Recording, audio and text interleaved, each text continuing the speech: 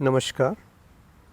आज हम अष्टावक्र गीता के एक श्लोक पे बात करते हैं जो दूसरे अध्याय में राजा जनक के द्वारा कहा गया है।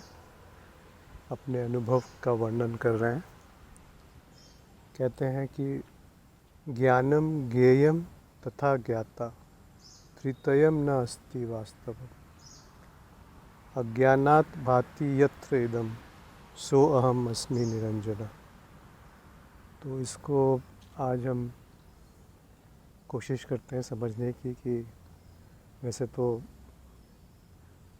इतने महान मुनि ऋषिवर अष्टावक्र जी ने क्या सोचकर ये लिखा था, क्या इसका अर्थ है, वो समझना बहुत मुश्किल है।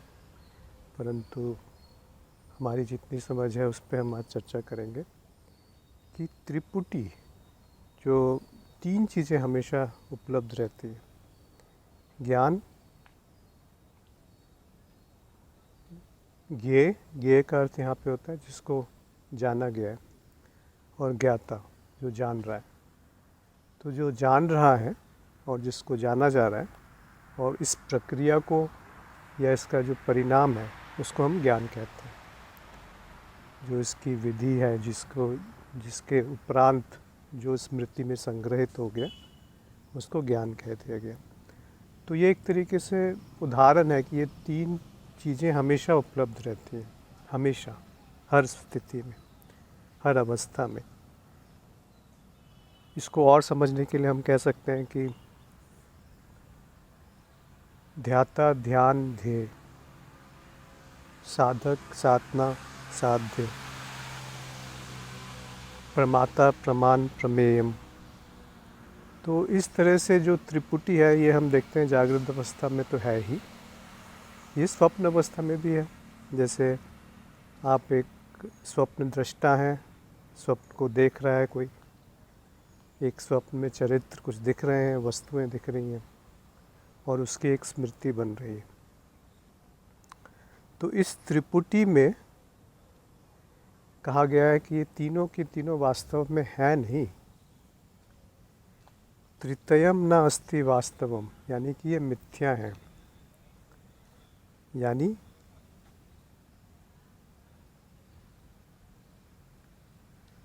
वास्तव में नहीं है, मिथ्या ही दिखते हैं। और मिथ्या दिखने की वजह से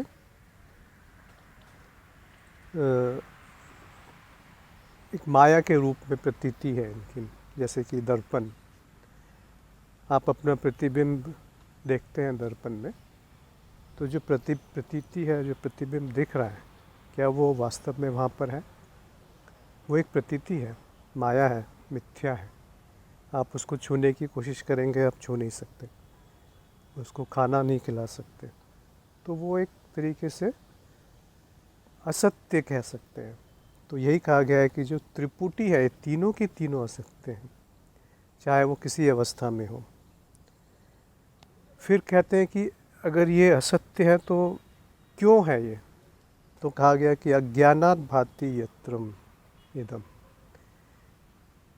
जिस यत्रम इदम, यानी कि जिस पर ये अध्यापित हैं, जिस पर ये अध्यास है, जिस पर आरोपित हैं, वो जो तत्व है वो निरंजन है और वो मैं हूँ।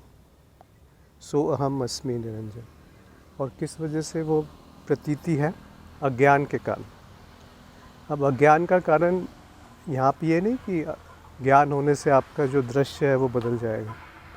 यहाँ केवल इतना कहा गया है कि दिखेगा वैसे ही, लेकिन आप जान जाएंगे कि ये प्रतीति है, सत्य नहीं है।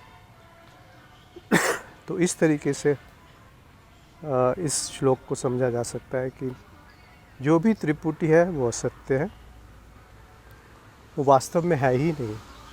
एक मान सकते हैं कि वो असत्य है, मिथ्या है, और एक है कि वो वास्तविक नहीं है, न अस्ति वास्तवम।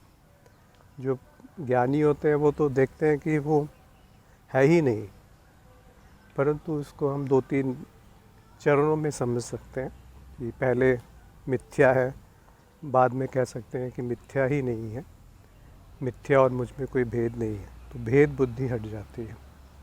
तो उस भेद बुद्धि को हटने को ही ज्ञान कहा गया। और केवल अज्ञान के कारण ये दिखते हैं, और जब अज्ञान समाप्त हो जाता है तो पता चलता है कि जिस अधिष्ठान पर ये स्थित थे, जो तत्व था इनका, वो मैं हूँ, और वो निरंजन है।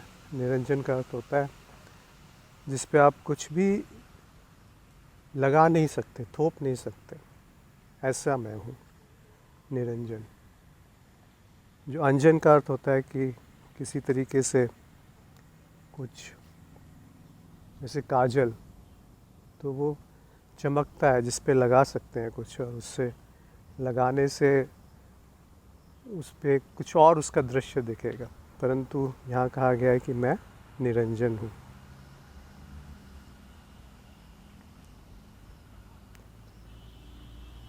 तो इस तरह से आप देखेंगे कि अष्टावक्र मुनि के जो अष्टावक्र गीता में जितने भी श्लोक हैं वो सब ध्यान के योग्य श्लोक हैं। उन पे हम ध्यान किया कर सकते हैं, उनको हम एक तरीके से आत्मसात कर सकते हैं कि ऐसा क्यों कहा गया, उस पर मनन कर सकते हैं। तो उसकी जो सत्य है वो चमकता है, प्रतिभाषित, मतलब बिल्कुल स्पष्ट हो जाता है वो। तो आशा है आपको ये पसंद आया होगा। हम आगे फिर मिलेंगे। धन्यवाद।